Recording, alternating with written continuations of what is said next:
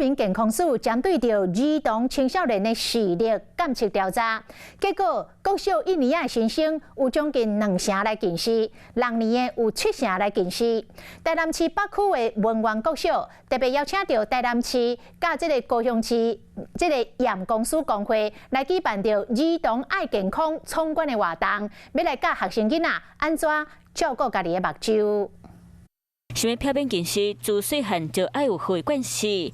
包括文苑国小邀请台南市验光师工会同齐举办儿童目睭的健康活动，设计趣味的早晚游戏，内底有顾目睭的观念，让囡仔会游戏内底会当清楚了解目睭的重要性。用眼30分钟，要休息10分钟。验光师工会每季召集各有教育学校健康促进计划，当年举办上百场校园的宣导，甲近视防治的观念和做法，清楚教予囡仔知。从小就可以建立这个小朋友就是对于这个视力的重视。 活动内底清楚传达一个正版的观念，就是近视的关系。使用目睭30分钟，就要休困10分钟。